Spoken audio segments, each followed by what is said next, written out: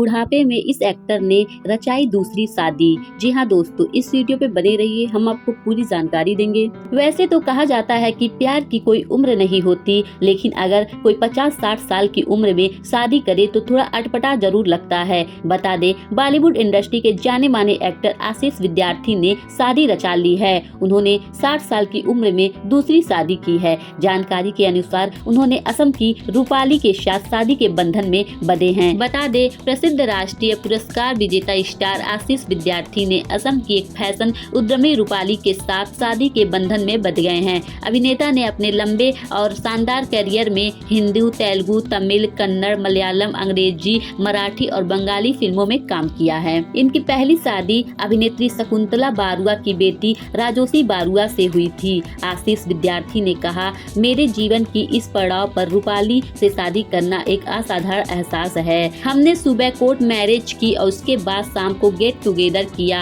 आशीष विद्यार्थी अभी तक 300 से ज्यादा फिल्मों में 11 भाषाओं में काम कर चुके हैं। उनको पहली फिल्म द्रोह काल के लिए 1995 में सर्वश्रेष्ठ सहायक अभिनेता का राष्ट्रीय फिल्म पुरस्कार मिला था। वर्तमान में अभी एक यूट्यूब चैनल चलाते हैं। वहाँ वह भोजन के बारे में ब्लॉग बनाते हैं और खुद से जुड़ी कुछ बातें बताते हैं।